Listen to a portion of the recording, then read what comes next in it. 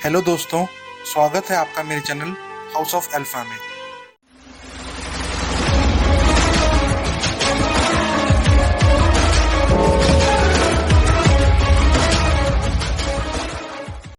जैसा कि आप लोग जानते हैं कि 29 जुलाई 2020 को 5 Rafale fighters plane Ambala airbase में लैंड कर चुके हैं, जिनमें से 2 ट्विन सीटर और 3 सिंगल सीटर हैं।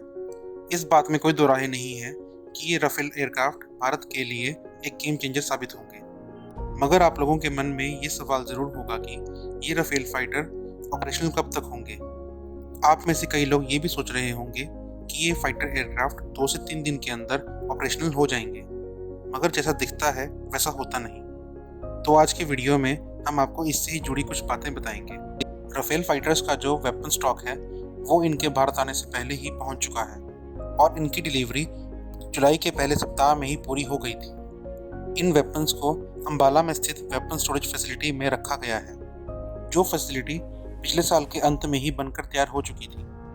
और इसके वेपन पैकेज में जो मुख्य चीज़ें हैं वो हैं meteor missile, mica missile, scalp missile और हैमर मिसाइल। इन वेपन्स को पहले भेजने का मुख्य उद्देश्य यही था कि जब राफेल फाइटर्स भारत पहुंचे तो उन्हें जल्द से जल्द ऑपरेशनल किया जा सके। इसीलिए 29 जुलाई को अंबाला एयरबेस में लैंड करने के बाद अगस्त के मध्य में ही ये राफेल फाइटर्स अपने पूरे वेपन पैकेज के साथ ऑपरेशनली रेडी हो पाएंगे।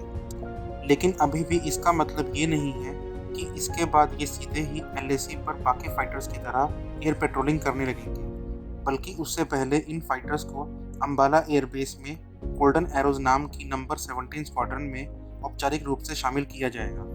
और जो स्क्वाड्रन में इंडक्ट करने की इनॉग्रेशन सेरेमनी है वो अगस्त के आखिरी सप्ताह में या सितंबर के पहले सप्ताह में आयोजित की जाएगी। हालांकि इसकी कोई डेट कंफर्म नहीं है, लेकिन इतना कंफर्म है कि ये इनॉग्रेशन 8 अक्टूबर यानी कि एयरफोर्स डे से पहले किया जाएगा, क्योंकि उसी दिन ये राफेल फाइटर्स सार्वजनिक तौर पर हमें आसमान में दिखाई देंगे। और अगर ये राफेल फाइटर्स अंबाला एयरबेस की गोल्डन एरोज में इंडक्ट किए जाते हैं तो ये फाइटर्स वेस्टर्न एयर कमांड के अंडर आएंगे, क्योंकि वेस्टर्न एयर कमांड पाकिस्तान के साथ लगी सीमा से डील करती है। अगर इन सब बातों को देखा जाए तो ये राफेल फाइटर्स 8 अक्टूबर के बाद ही अन्य फाइटर्स की तरह एयर पेट्रोलिंग में इस्तेमाल किए जाने लगेंगे, अगर तब तक तनाव कम नहीं होता है तो। और इसके साथ ही फ्रांस में जो इंडियन एयरफोर्स के पायलट्स की राफेल ट्रेनिंग चल रही थी वो अंबाला एयरफोर्स बेस पर भी जारी रहेगी, क्योंकि इन राफेल फाइटर्स के साथ एक इकोसिस्टम भी लाया गया है। और अंबाला और हाशिमारा इन दोनों ही एयर बेसिस पर एक synthetic collective training centre install किया गया है। ये प्लेन्स जहां एक तरफ भारत को चाइनीज फ्रंट में कॉम्बैट एयर मिशंस के लिए इनेबल करेंगे और वहीं नॉर्दर्न सेक्टर में भी पाकिस्तान ऑक्युपाइड कश्मीर में भी कोई एयर स्ट्राइक करनी है तो ऐसे मिशंस में ये सबसे ज़्यादा फायदेमंद साबित होंगे। आपको एक जानकारी और दे दें कि भले ही राफेल एक मल्टी रोल एयरक्राफ्ट की कैटेगरी में आता है, लेकिन अगर डिफेंस एक्सपर्ट्स की माने तो ये राफेल फाइटर भारत की कन्वेंशनल फाइटर यूनिट का हिस्सा नहीं होने वाला है।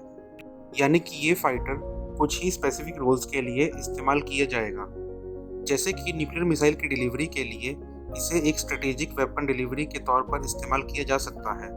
और इसी तरह के स्पेसिफिक रोल होने की वजह से इसे कन्वेंशनल फाइटर स्क्वाड्रन में काउंट नहीं किया जा रहा है। और जबकि कुछ टॉप फ्रेंच गवर्नमेंट सोर्सेज ने एक इंटरव्यू में कहा था कि अगर इंडियन एयरफोर्स अपने 36 राफेल फाइटर्स की डील को आगे बढ़ाने के फैसला नहीं करती है तो इन्हें इससे कुछ हैरानी नहीं होगी, क्योंकि उनके मुताबिक इंडियन एयरफोर्स ने राफेल फाइटर्स में जो अपने हिसाब से मॉडिफिकेशन किए हैं वो शायद इस तरीके से हैं कि वो इसे कुछ खास तरह के रोल्स के लिए ही इस्तेमाल करना चाहते हैं। और भले ही इसकी 2 स्क्वाड्रन एक पाकिस्तान और एक चाइना के फ्रंटियर पर तैनात की जाएंगी, लेकिन फिर भी ये मुमकिन रूप से भारत की न्यूक्लियर ट्रायड के हिस्से के तौर पर एक यूनिक मिशन में ही इस्तेमाल किया जाएगा। और वैसे भी इंडियन एयरफोर्स का जो राफेल फाइटर है वो राफेल फाइटर का सबसे मॉडिफाइड वर्जन है। तो आज के लिए बस इतना ही। अगर आप ऐसी ही और वीडियोस देखना चाहते हैं तो इस वीडियो को लाइक और शेयर करें और चैनल को सब्सक्राइब करना ना भूलें।